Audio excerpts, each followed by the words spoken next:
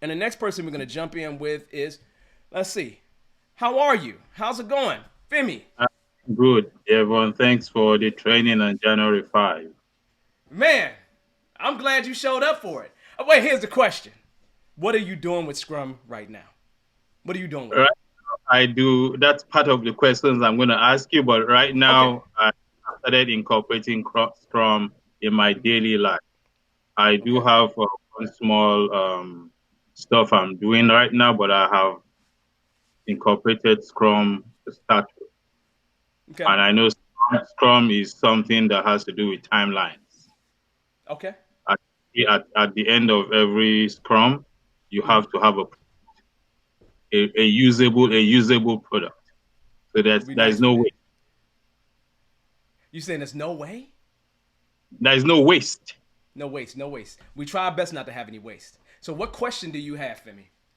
Now, since I just started and I've started trying to do this on my own, Mm-hmm. my next question is how do I get more experience and at the end of the day into an actual Scrum team to at least make money out of it now?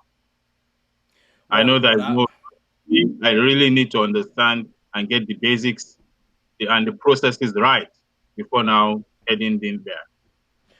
so what I would start off saying to you is one thing, join the unfiltered family. So we got an unfiltered community here, and in this community, we're going to be communicating things that's going to help you. So, for example, I'm going to be sending out something later on this week to the unfiltered community. That's going to be around making sure that you stay on task, right? But here's the deal, okay? If you remember, I sent an email out to the unfiltered community last week, Phenom Fridays, right? And in there, I actually put someone who's looking for to hire someone. His company is looking to hire someone. Did you see that email? No, I Came out on think I may Friday, have. right? Now, Okay. here's the deal. Inside of the email is a job posting. Now, since you're new to Scrum, let's assume you don't qualify for it. But since you don't qualify for it, that's okay. What can you take advantage of? You can actually read that description and see what they're looking for. See what they're looking for in terms of experience and start working toward building that. Great Okay. example. I only have, right now, Femi, I've had 6 people that have volunteered for this show. That's it. Out of all the people that have trained, 6 people have volunteered for the show. That right there was one of the best opportunities for anybody to start learning Scrum because guess how I'm running this show? Using Scrum. So on Wednesday, this coming Wednesday, we're going to have Sprint 1 start. And you are welcome to see us do our Sprint 1, at least Sprint planning, start Sprint 1 up, and understand how we're operating, see a board, and actually get some experience with seeing Scrum. Okay. Because when we do it, we're going to be doing all the ceremonies except for the daily scrum, and it's mostly going to be the team of volunteers actually doing the work of getting things together for the upcoming show and then working toward things we have in the future. But that's going to give you kind of this behind the curtains kind of look. And that behind the curtains kind of look is an advantage that you're going to have by being a part of the unfiltered family, the unfiltered community. So that's one way that we can do it. I will also be doing things in the future with people I know. Like I have colleagues that are good at resumes. I actually have the PMI Dallas chapter has basically sent me a note saying, look, the people that you had in the hardship class, you know what? If they come to our brand and land class, they can get that for $5. Where they talk about things to do on your resume and LinkedIn and stuff like that. So now all I'm really saying to you is understand what the landscape is, man. So for me, understand what the landscape is. Because understanding the landscape is actually going to be very helpful for you. It's going to shape everything else for you moving forward. So now as you get an idea of the landscape, that's obviously not the only job in Scrum, right? The one that I sent across. Because the job that I sent across is understand what I'm saying to you, feel me? Somebody reached out to me that I trained and said, Devon, do you know anybody? And so I'm not gonna apply for it, right? And since I'm not Mm-hmm. applying for it, what else can I do? What's the best thing for me to do? Pass it on to you all, right? And if you qualify for it, if there's an opportunity for it, why not go for it? The other thing I would say to you that's important, I am going to assume that you are involved in some other organizations. So, do you have any other organizations that you are a part of at this point in time in your life? Yes, I am. I have. Okay. Now, is that organization looking for volunteers? No, I'm not too sure about that. Have you asked? No, I haven't. So now, a lot of people don't mind some free work, right? Okay. A lot of Yes. people don't mind that. Now, don't you think if you offered up your services to help them out, that you could probably, while you're talking, say to them, look, I would like to use this process here to show you or to do this thing to help you get to this particular goal. And here's how we're going to do it. And you ain't got to, look, understand, you don't have to teach them Scrum. All you have to do is just say, all we're really going to do is we're going to make a time box plan. We're going to evaluate that plan daily. And we're going to learn about what we did and try to improve. And we're going to do that every cycle. Whatever your cycle is going to be, every 2 weeks, every 1 week, every month, whatever that's going to be. Now, couldn't you present that to anybody? Because what you said to me earlier is that at the end of the spread, we're going to have a what? Working product increment, right? Yes. Now, don't you think that anybody you would volunteer for would have no problem writing a letter of recommendation for you? Especially since you That's have right. delivered. And I'm going to assume that the organization you belong to, you actually care about. Yes. That means you're helping the organization get better. And now, if you help that organization now start shifting towards Scrum, shifting toward getting stuff done. Hell, they may say, Femi, we want you here, and that's it. We're gonna put you on salary to do some stuff for us, right? So, for me, make your opportunity. You ain't got to go beg nobody. Make your opportunity. And when you make your opportunity happen, other things will happen. You just saw Start came on here earlier, right? She had a Yes, job I in did. 2, 3, in a few months, right? And about to go on maternity leave, right? And pretty much gonna be coming back from maternity leave with a Scrum job ready to go. With a Scrum job ready to go. Okay? So it is one of those things when you don't have any experience. This is how you start getting experience.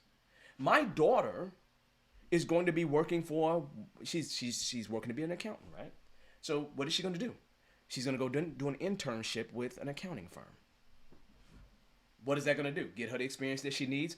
Also is going to give an opportunity for them to get to know her. Okay? Now, that being said, that's not the only thing you do, right? Because what I learned when I went to this class, I actually went to the class that I'm going to present to the people who was in a hardship class, and other people that don't have, having hard times right now. I actually attended that class so I can see what it was like. And one of the things I learned in that class is that 60% of our next opportunity, 60% of it is going to be based on networking. Like when you think about the other 40%, let's forget that for a minute. 60% of it is going to be based on networking. So, what am I asking you? What am I telling you? I'm saying to you, look, go get to know people. You know how you can get to know people? You see this virtual place that we're at right now? Yes. Opportunity to get to know people. You was in that class. We had a big class, didn't we? Yeah, A we huge did. class. Opportunity right there, right? Because some of those people will get jobs sooner than other people. And you just start spreading your wings. Not to mention that there are still meetup groups happening. I was a part of a Scrum Mastery conference, a few months ago that the Scrum Alliance put on. And that conference, I think, had 500 people.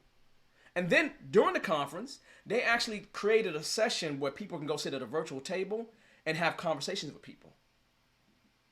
So now, what am I telling you, Network. Philly? Yeah, I'm telling you to network, right? I'm telling you network because that's going to be 60% of you landing your next gig is going to be networking, right? And guess what?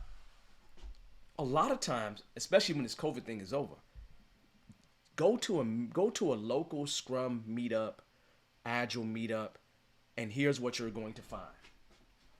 25 to 50% of the people in the room, 25 to People 50% of the you've people in met the room, virtually.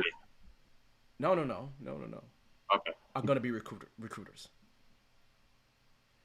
25 to 50% of the people in the room when you go to one of these meetups is going to actually be recruiters. Literally No. is going to be recruiters. Does that make sense? So Yes, it does. the opportunities are definitely out there. And the question becomes, are we going to take advantage of those opportunities or not? Or not? And now all I'm really saying to you is take advantage of the opportunity because it's there. I mean, do we have a better time than right now? I mean, if you think about this whole COVID thing, right? Is there a better time than right now to really kind of get to know people and try to get yourself moving in a direction that you want to go in? I don't think that there is. I don't think that there is.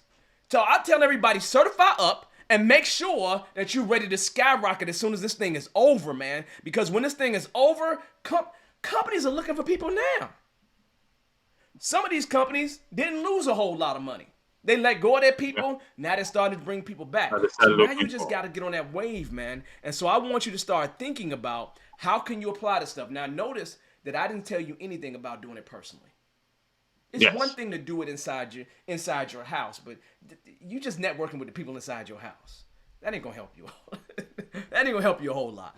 I want you to start networking with people outside of your Outside. house. Outside of your house, right? Take an opportunity, get to know people. Just show your face, man. Just show your face. I mean, I remember back in the day, right? 2005, I became a certified Scrum Master. Back in 2005. So I guess I'm slightly small enough. I guess I'm a old head to some degree, right? So in 2005, I actually became a certified Scrum Master. And the first thing I did is I went to a Scrum gathering. I went to my first trip. I went to a Scrum gathering. It was in Denver. It was actually in Boulder, Colorado, right next to Denver, right? And so it was right there.